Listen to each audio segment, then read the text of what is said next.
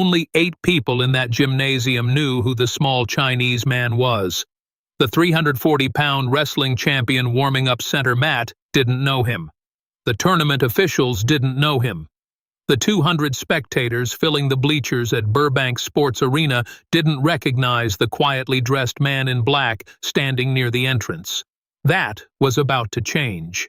In the next 6 minutes, the arrogant champion would experience the most shocking moment of his entire wrestling career. Everyone in that gymnasium would witness something they'd talk about for decades. And the footage? Banned for 40 years. Too dangerous. Too humiliating. Too impossible to believe. This is what really happened on November 14, 1970. This is the story they tried to bury. Burbank, California. Burbank Sports Arena. November 14, 1970. Saturday afternoon, 2:15 p.m. The California State Wrestling Invitational is in full swing. This is the premier amateur wrestling event on the West Coast. Competitors from 8 states, 15 different wrestling programs. Greco-Roman, freestyle, catch wrestling. Every major American wrestling system is represented here. 200 spectators pack the bleachers. Wrestlers, coaches, families, sports journalists. Everyone who's serious about American wrestling is in this building. The atmosphere is thick with competition. Referee whistles echo sharp across the mats. The smell of rubber mats and athletic tape fills the air. The sound of bodies hitting canvas reverberates through the gymnasium. Coaches shout technique corrections. This is the Super Bowl of amateur wrestling, and the heavyweight division demonstration is about to begin. The main attraction is already warming up center mat. On the mat, stretching his massive frame, is the man everyone came to see. Raymond the Grizzly Anderson. Born Raymond Frederick Anderson III in Portland, Oregon. Changed his competitive name to sound more intimidating, more marketable, more American sports mythology. Raymond is 31 years old, 6 feet 4 inches tall, 340 pounds of wrestling muscle built over 25 years of training. He's been grappling since age 6 when his father, himself a regional wrestling champion, put him in his first youth program. 25 years of dedicated practice, 25 years of morning workouts, protein shakes, drilling takedowns until the technique became reflex. 3-time All-American wrestler at University of Oregon. NCAA Division I heavyweight champion in 1961 and 1962. 2-time national champion. He's dominated the amateur wrestling circuit for 9 consecutive years. 142 career victories. 14 career losses. 6 of those losses were early in his career before he truly developed. The last 8 years? Undefeated. 76 consecutive wins. No one in his weight class has even come close to beating him since 1962. He's the undisputed king of American heavyweight wrestling, and he carries himself like royalty. His confidence isn't just high, it's astronomical, it's arrogant. Actually, it's crossed way past arrogance into something else entirely. Pure dominance, unquestioned superiority, entitlement.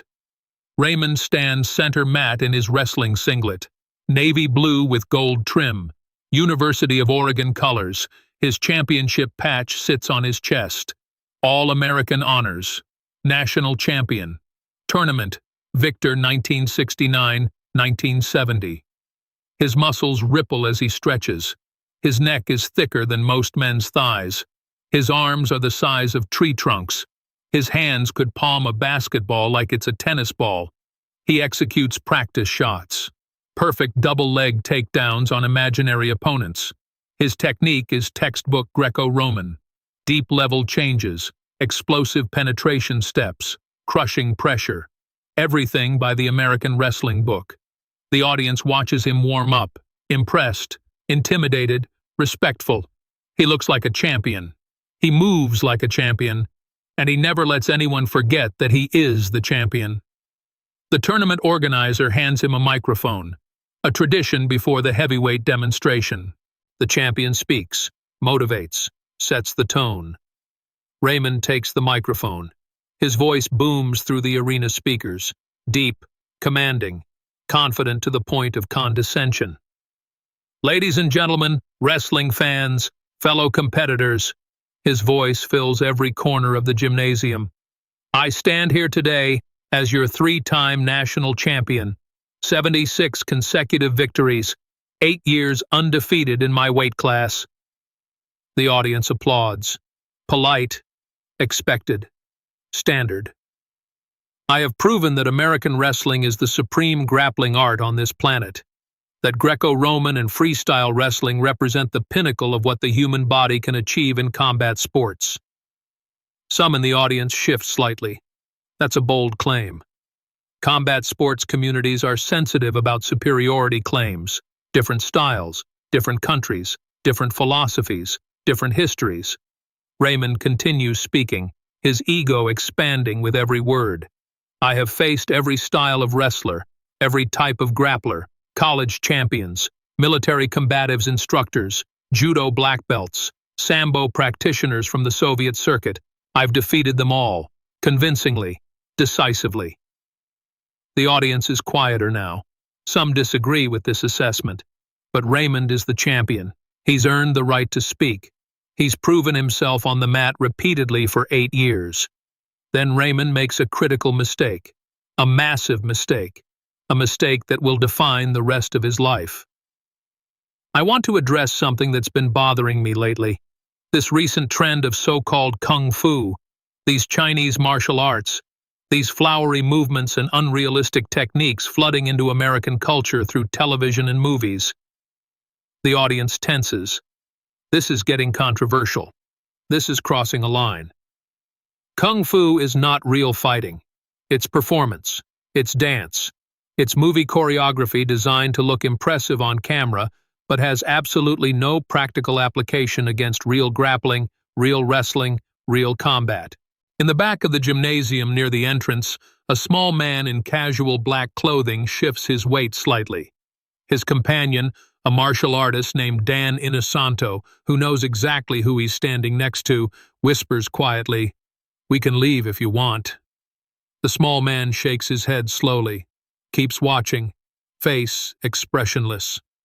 Raymond continues his speech, momentum building, ego driving. I challenge any kung fu practitioner, any Chinese martial artist to come up here and prove me wrong. Show me that kung fu works against real wrestling, against real strength, against real American grappling. The arena is silent now. This is unprecedented. Champions don't usually publicly challenge other martial arts systems. It's considered disrespectful. Poor sportsmanship. Bad for the sport. But Raymond is fully committed now. His pride has taken control. In fact, I'll make it easier. I'll go light. I won't use full pressure. I won't crush anyone. I just want to demonstrate conclusively that kung fu cannot compete with wrestling. That all these kung fu claims are myths, just Hollywood stories, just lies designed to sell movie tickets. He scans the crowd with theatrical confidence. So, any kung fu masters here? Any brave Chinese martial artists willing to test their flowery art against real grappling? Complete silence. No one moves. No one speaks. Raymond smiles, satisfied, vindicated. That's what I thought. All talk, no substance. Kung fu is, I'll accept your challenge. The voice comes from the back near the entrance. Quiet, calm, but it carries across the entire gymnasium. The microphone picks it up. Everyone hears it clearly. Raymond stops mid-sentence, looks toward the voice, squints against the gymnasium lights. Excuse me? I said I'll accept your challenge. The small man in black clothing steps forward slightly into better light. He's wearing simple street clothes, black pants, black shirt, no uniform, no wrestling singlet, no belt, no patches, no indication of rank or competitive status. He looks like a spectator who wandered in from the parking lot, not a competitor. Raymond can't see him clearly yet. The distance is too far. The lights are too bright in his eyes. You do kung fu? The small man's voice remains calm, even. I practice Chinese martial arts. Yes. What style? Wing Chun. And my own system, Jeet Kune Do.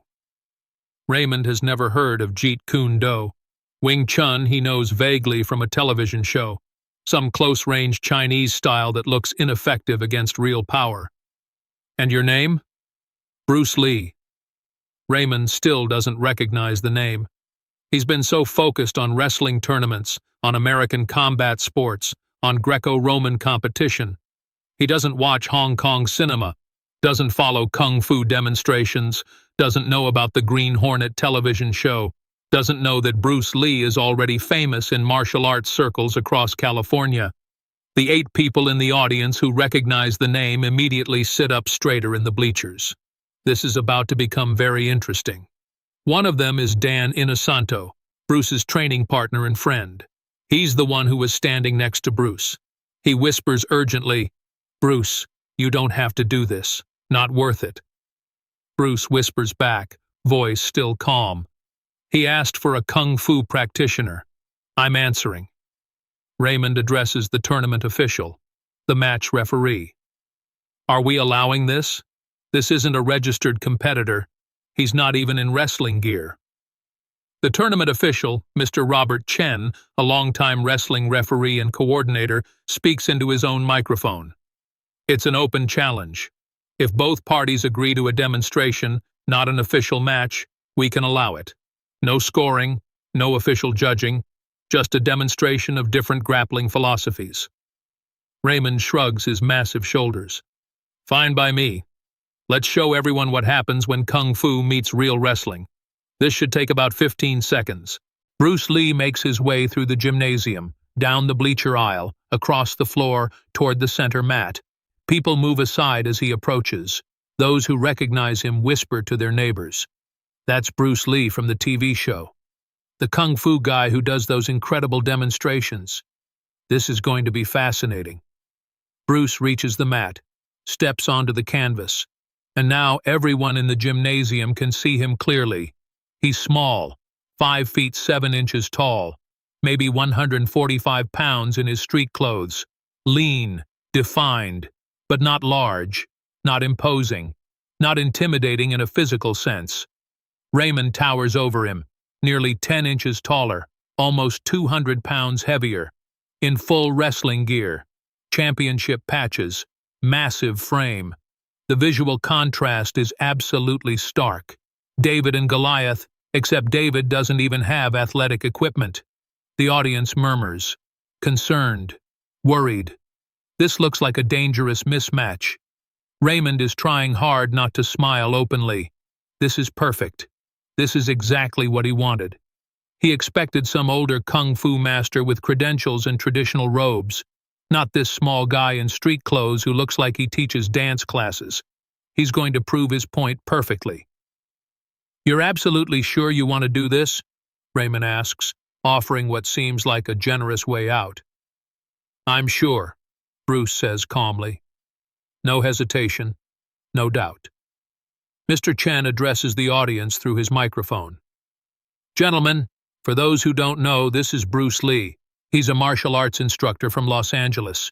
He teaches Wing Chun Kung Fu and his own system called Jeet Kune Do. He's also an actor. He played Kato on the Green Hornet television show that aired recently. Some audience members nod recognition. They remember the show. That explains the name. That explains why some people know him. Raymond is even less impressed now. An actor, a television performer. This makes perfect sense. Movie fighting, choreographed sequences, fake combat. Exactly what he was talking about. This is absolutely perfect. He'll demonstrate his point about kung fu using an actual kung fu television actor. The irony is beautiful. Mr. Chen continues. This will be a friendly demonstration. Light contact, light pressure. We're showing the differences between grappling systems, not actually fighting. Everyone understand? Both men nod agreement. But Raymond has different plans. He's going to press this. He's going to pressure this actor, make him look foolish, prove his point about Kung Fu being performance art. They face each other at center mat. Raymond settles into a classic wrestling stance. Deep crouch, hands forward, weight on his toes, ready to shoot, ready to explode forward. Textbook Greco-Roman wrestling position. Bruce stands naturally. No wrestling crouch, no grappler's stance. Feet about shoulder width apart. Weight centered and balanced. Hands up but relaxed. Mobile. Alive. It doesn't look like a grappling stance to the wrestling-trained audience. It looks casual, unprepared, vulnerable. Raymond thinks he knows exactly what's about to happen. He's grappled with hundreds of opponents over 25 years. He knows how this starts. He'll shoot in. Use his 200-pound weight advantage, his superior strength, his championship-level technique. He'll secure a takedown within 3 seconds. The Kung Fu guy will try some flashy hand technique, some striking movement, something that looks good but has no effectiveness against a real wrestler. Raymond will demonstrate superior grappling. Everyone will see that real wrestling beats movie fighting. The referee signals. Begin demonstration. Raymond moves first, shoots in with a classic double-leg takedown, both hands reaching for Bruce's legs. Proper form. Good level change. Fast for his massive size. Bruce is already not there. He's moved backward just slightly. Just enough. Raymond's hands grasp at where Bruce's legs were half a second ago, not where they are now. Raymond recovers quickly, resets his stance, tries again. Single leg takedown, right side, reaching for Bruce's lead leg. Good technique, championship level execution. Again, Bruce isn't there. He's moved offline. Minimal movement, just enough. Not dramatic, not flashy, just absent from the place Raymond's technique is targeting. The audience is confused. Raymond is executing perfect takedown attempts. Textbook wrestling. But he's not connecting with anything. Bruce isn't even defending in the traditional grappling sense. He's just not where the techniques arrive. Raymond increases his intensity. Combination approach. Fake double leg, switch to single leg, drive forward with his massive weight. The sequence is fast, powerful, tournament-winning combinations. 76 consecutive victories combinations. 8 years undefeated combinations. Bruce flows around them. Outside the first attack. Away from the second. Offline from the third. Like water moving around obstacles. Like he can see what's coming before Raymond fully commits to the movement. The wrestling practitioners in the audience recognize something important. Raymond is fast for a 340-pound man. His techniques are clean, proper form. But Bruce is operating on a different speed entirely. Much faster. And he's reading Raymond, seeing the weight shifts, the subtle preparatory movements. Every wrestling technique has setup, has telegraphing, body positioning, weight transfer.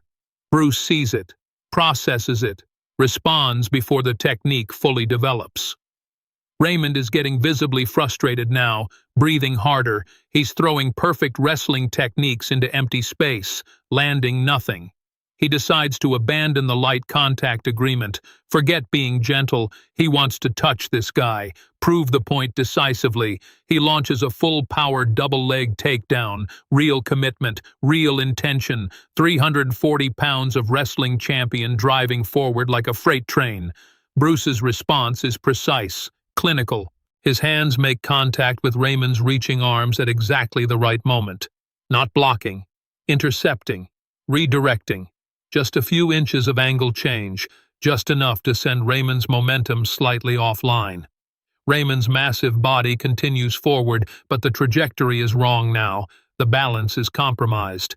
Bruce steps aside smoothly. Raymond crashes into the mat hard, 340 pounds hitting canvas. The entire gymnasium hears it, feels it. Raymond pushes himself up quickly, ego wounded, breathing much harder now. This isn't going as planned. The small kung fu actor is making him look ineffective, making his championship techniques look slow, inadequate. Raymond's pride takes over completely. He abandons all pretense of a friendly demonstration. He needs to land something, needs to prove his point. He settles into wrestling stance again, deeper, more committed, lower center of gravity. "Is that all you've got?" Bruce asks quietly. Only Raymond can hear. "Or should we make this more interesting?" Raymond's face reddens, anger replacing confidence. He launches everything he knows, every takedown variation, every wrestling technique from 25 years of training, double legs, single legs, ankle picks, fireman's carries, head snaps, collar ties, NCAA Division I championship techniques, 76 consecutive victories techniques.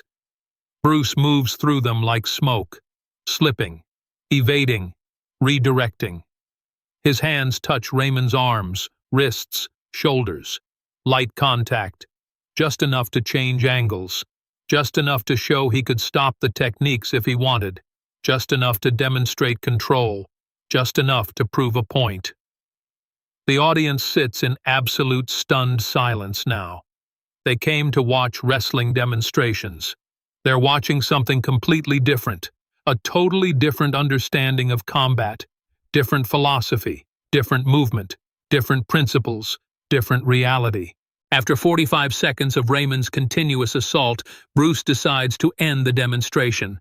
Raymond shoots in again with a desperate double leg attempt, high commitment, all his power, all his pride. Bruce doesn't evade this time. He steps in, inside the technique, where wrestling has no leverage.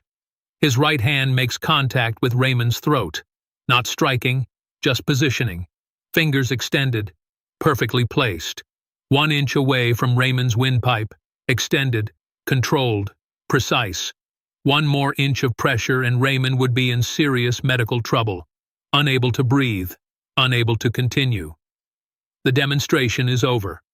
Bruce holds the position for exactly 4 seconds, long enough for everyone in the gymnasium to see clearly, long enough for the photographers to capture it, long enough for Raymond to understand completely, long enough for the lesson to register permanently. Then Bruce removes his hand, steps back, gives Raymond space, gives him dignity. Raymond stands there, breathing heavily, sweating, ego completely shattered.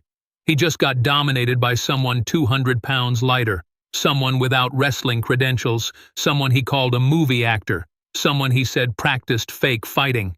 The silence in the gymnasium is absolutely deafening. 200 people just watched the impossible happen, watched Kung Fu neutralize championship wrestling, watched a small man control a giant, watched movie techniques work against real grappling. Everything they thought they understood about combat sports has been challenged. Mr. Chen takes the microphone. His voice carries uncertainty, shock. "Gentlemen, that was an excellent demonstration of 2 very different approaches to combat. Let's give both competitors a round of applause." The audience erupts. Not polite applause, genuine amazement, shock, disbelief. They just witnessed something they'll talk about for the rest of their lives. Raymond bows stiffly. His pride is destroyed completely, but his integrity remains. His sportsmanship holds. He extends his massive hand to Bruce. "I underestimated you completely." Bruce shakes his hand, his small hand completely engulfed by Raymond's massive grip. "You have excellent technique, excellent strength, excellent training. But technique alone isn't enough in real combat. You have to understand principles, concepts, philosophy, not just movements." "What do you mean?" Raymond asks, genuine curiosity replacing arrogance. "You're fighting the way you've been taught, following wrestling rules, following mat patterns, following competition structure. Real combat has no rules, no referee, no mat boundaries, no weight classes. You have to adapt, you have to flow, you have to be water." Raymond has heard this phrase before. Bruce Lee's philosophy, be like water. He never understood it. Now he does. Now it makes perfect sense. Bruce continues speaking, quiet enough that only Raymond and those nearby can hear. Your wrestling is excellent for tournaments, for sport competition, for the structure of collegiate athletics. But real self-defense, real street combat, you need to see beyond the system, beyond the style, beyond tradition. The audience is leaning forward, trying to hear, straining to catch the words. Mr. Chen makes a decision, an unprecedented decision. Mr. Lee, would you be willing to share more with the audience? Perhaps a short explanation? A demonstration of your principles? Bruce looks at Dan Inosanto in the bleachers. Dan nods encouragingly, supportive. All right, Bruce says, I'll show you what I mean. For the next 12 minutes, Bruce Lee gives an impromptu demonstration. He explains Wing Chun principles, economy of motion, centerline theory, simultaneous attack and defense, intercepting techniques rather than blocking. He demonstrates Chi Sao, sticking hands, sensitivity training, shows how it develops reflexes faster than drilling static techniques, faster than kata, faster than memorized patterns. He explains Jeet Kune Do, his personal philosophy, using no way as way, having no limitation as limitation, taking what is useful, rejecting what is useless, adding what is specifically your own. He demonstrates on volunteers from the audience, shows how classical wrestling stances limit mobility in certain contexts, how over-reliance on strength creates predictability, how following competition rules makes you vulnerable in unstructured environments. The wrestling practitioners in the audience are experiencing profound cognitive dissonance. Everything Bruce is saying contradicts their training, their beliefs, their understanding of grappling, their understanding of combat sports. But they cannot deny what they saw, what they're seeing now. It works. Undeniably. Obviously. Practically. Raymond stands on the mat watching, listening, learning. His arrogance is completely gone, replaced by humility, by curiosity, by genuine desire to understand, by respect. At the end of the demonstration, Bruce addresses the entire gymnasium, his voice clear and respectful. I don't say this to disrespect wrestling. Wrestling is an excellent martial art, excellent discipline, excellent for physical development and competitive spirit and athletic achievement. But if you want to be truly effective in all combat contexts, you must go beyond your style, beyond your system, beyond your tradition. You must discover what works for you, your body, your attributes, your specific situation, your actual reality. Don't practice techniques because that's what you've been taught in your wrestling program. Practice techniques because they work for you personally against real opponents in real situations with real consequences. The audience sits in heavy silence, processing, thinking. Many are uncomfortable, some are angry, their traditions challenged, their years of training questioned, their championship victories suddenly feeling incomplete. But many others are intrigued, fascinated, excited. They've just seen a different path, a different possibility, a different understanding of what martial arts can be. Mr. Chen thanks Bruce formally. The demonstration ends officially. Bruce walks off the mat, returns to where Dan Inosanto is standing. Dan is grinning widely. That was absolutely incredible, Bruce. I didn't mean to embarrass him, Bruce says quietly, but he challenged Kung Fu publicly. He challenged Chinese martial arts. He challenged me by extension.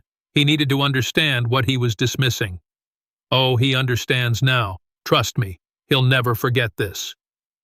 The demonstration officially concludes. The tournament continues with scheduled matches. Raymond participates in his final exhibition match. Wins easily against his scheduled opponent. His wrestling is still excellent, superior to his competition.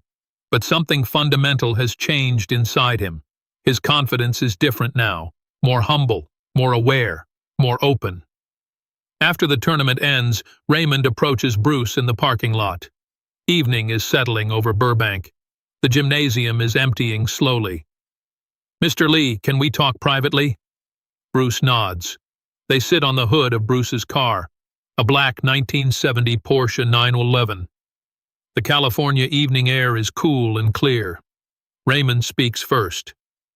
I've been thinking about what you said today, about being like water, about adapting, about going beyond the system. And I want to learn. I need to understand what you showed today. Will you teach me? Bruce studies him carefully, sees genuine sincerity, sees real humility, sees authentic potential. I don't take many students, Raymond. My time is extremely limited.